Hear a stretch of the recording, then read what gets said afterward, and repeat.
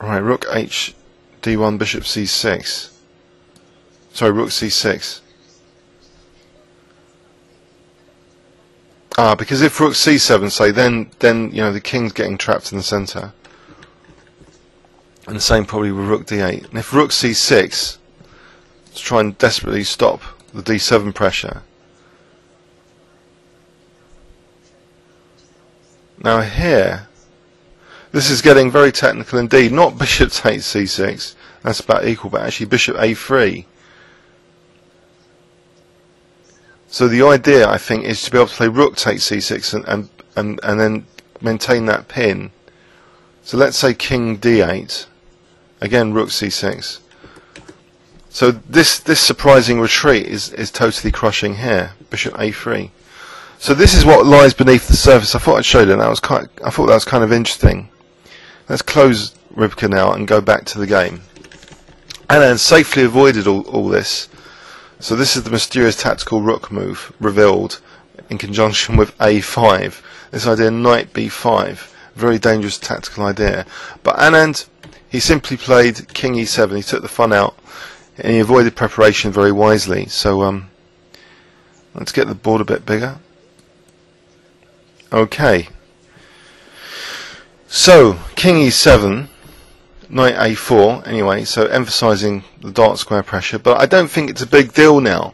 Anand is safely neutralising a lot of the pressure. He's solving the major problems he had. I think these are more minor now. And bishop c5 seems to be a bit of an odd move. I know it is like sealing the b6 square, but it doesn't give too many problems for Anand to solve in this simplified position, well, relatively speaking.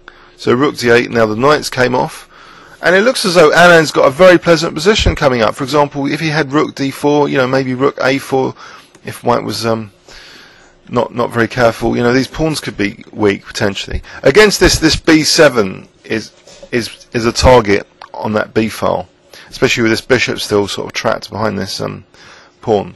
So bishop d3. Now there's also a potential threat of c6. So these weaknesses are compensated, you know, potentially by the pressure on these pawns at the moment. So bishop g8. Now Topalov plays c6. So he's trading actually his c pawn for the b pawn.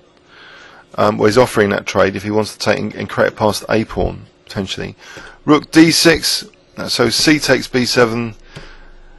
Now, so instead of the immediate, well, there's no immediate bishop takes a6. He's just simply done a swap. Sorry, pardon me. So now he plays rook c3. So why rook c3? If rook b2 check, he can then, I think, well, he could play just rook c2 actually, if rook b2. So bishop f7, king e3. There's also rook c7 if now the rook ever comes to the 7th rank, white can also play rook c7. So we're in an equilibrium actually now. So g4, and we're heading actually for a deadlocked kind of position, especially with the bishops coming off. We're now in a rook and pawn ending, which is getting to be more and more simple for both sides to draw potentially. Another exchange of prisoners there, b pawn for a pawn, and we're in a dead draw on rook and pawn ending. So the excitement in this game was really in one of the key variations there when Topalov had played a5. So it was like a nice tactical trap he was setting. If we go back, I think that was one of the most exciting bits of this game. So it was overall not that exciting with the queens coming off early. You may wonder if bishop takes d4. I think black's okay there. He can probably just again play knight d7 and then bishop c5 later. Let's just check that out quickly. Bishop takes d4. Is there anything tactical about this position? Just knight fd7 is, or knight c6, knight bd7. Yeah, or just knight c6 actually. Just that would be probably a move to consider. there's probably a lot of theory. It's dangerous to rely on engine analysis in the opening anyway, so let's turn that off. Go back to the board size. So the queens came off,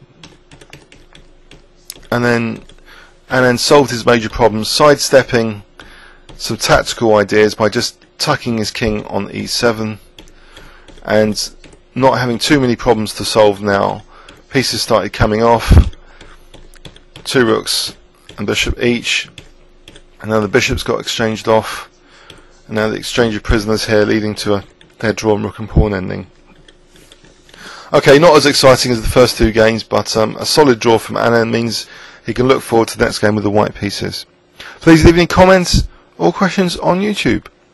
Thanks very much.